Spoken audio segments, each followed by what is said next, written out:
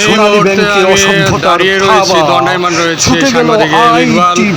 আপনাদেরকে একটা দুঃখের ঘটনা শেয়ার করতে চাচ্ছি।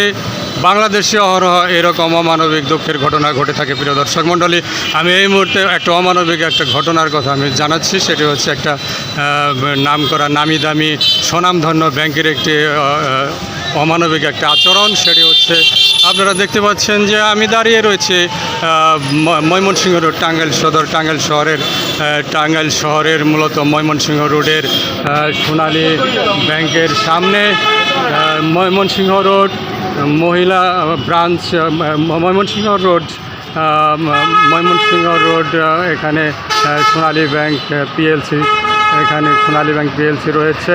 ময়মনসিংহ রোড ব্রাঞ্চ সোনালী ব্যাংক পিএলসিতে আমি মূলত এই এখন থেকে 15-20 মিনিট আগে এই সোনালী ব্যাংকের ভিতরে প্রবেশ করেছিলাম। এখন ঘড়িতে বাজে 2টা 21 মিনিট। এই 2টা 21 মিনিট বাজে আমি মূলত 15-20 মিনিট আগে এই সোনালী ব্যাংকের অভ্যন্তরে প্রবেশ করেছিলাম। সেখানে একটি কাজের জন্য ঢুকেছিলাম। আপনাদেরকে জানিয়ে রাখছি যে এই সোনালী ব্যাংকে মূলত একজন মহিলা কর্মকর্তা রয়েছে, কিন্তু আজকে মূলত এই সোনালী ব্যাংকের ভিতরে ম্যানেজারকে আমরা উপস্থিত দেখতে পাইনি। যিনি ম্যানেজার রয়েছেন তিনি আজকে তার যে কক্ষে আমি মূলত সরাসরি এই মুহূর্তে তাকে আমি উপস্থিত পাইনি। কিন্তু যে ঘটনাটি এখানে ঘটেছে সেটি হচ্ছে একটা অত্যন্ত অমানবিক ঘটনাটা হচ্ছে আমি পারিবারিক সঞ্চয়পত্র জমা দিতে এসেছিলাম, পারিবারিক সঞ্চয়পত্র আবেদনপত্র।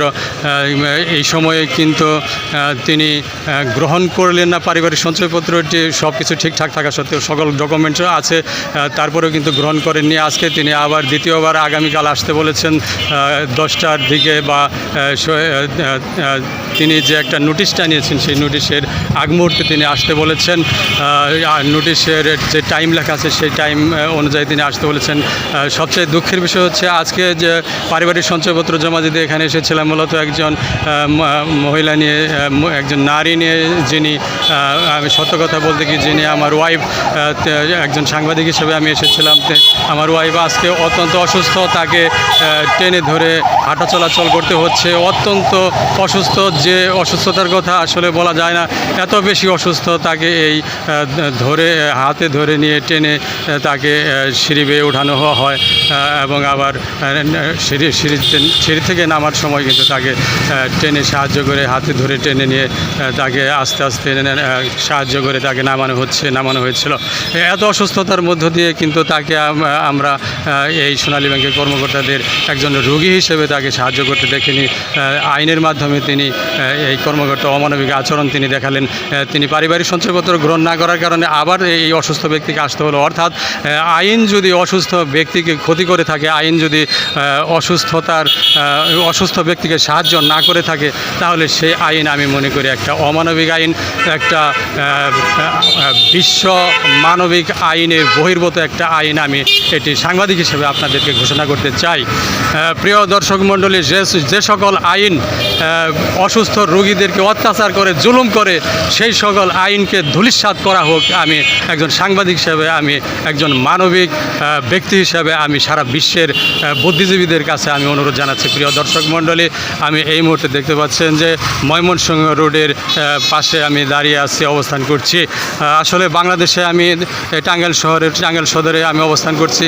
বাংলাদেশের মানুষ এত অমানবিক, সরকার এত অমানবিক, প্রশাসন এত অমানবিক, যে অমানবিক প্রশাসনের কারণে আজকে দেশে কোনো শান্তি নেই, শান্তি শৃঙ্খলা নেই, রাজনৈতিক পরিস্থিতি অস্থিতিশীল। আজকে দেশে বেঁচে থাকা অত্যন্ত কষ্টকর।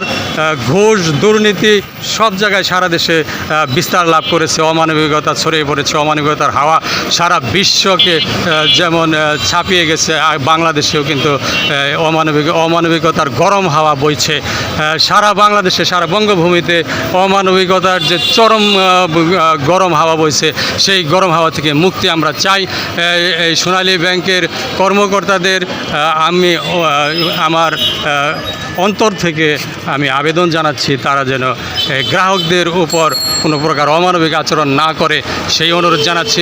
সকল রোগীদের উপর মানবিক আচরণ করে আমি সোনালী ব্যাংকের প্রতিষ্ঠাতা সহ সোনালী ব্যাংকের সকল কর্মকর্তা, ম্যানেজার সহ সকলকে দৃষ্টি আকর্ষণ করছি, আইন দিয়ে কোনো রোগীকে আপনারা অত্যাচার করবেন না। আইনের মাধ্যমে যদি রোগী অত্যাচারিত হয় তাহলে মন্ত্রী কেন, সকলে অপরাধী হবে।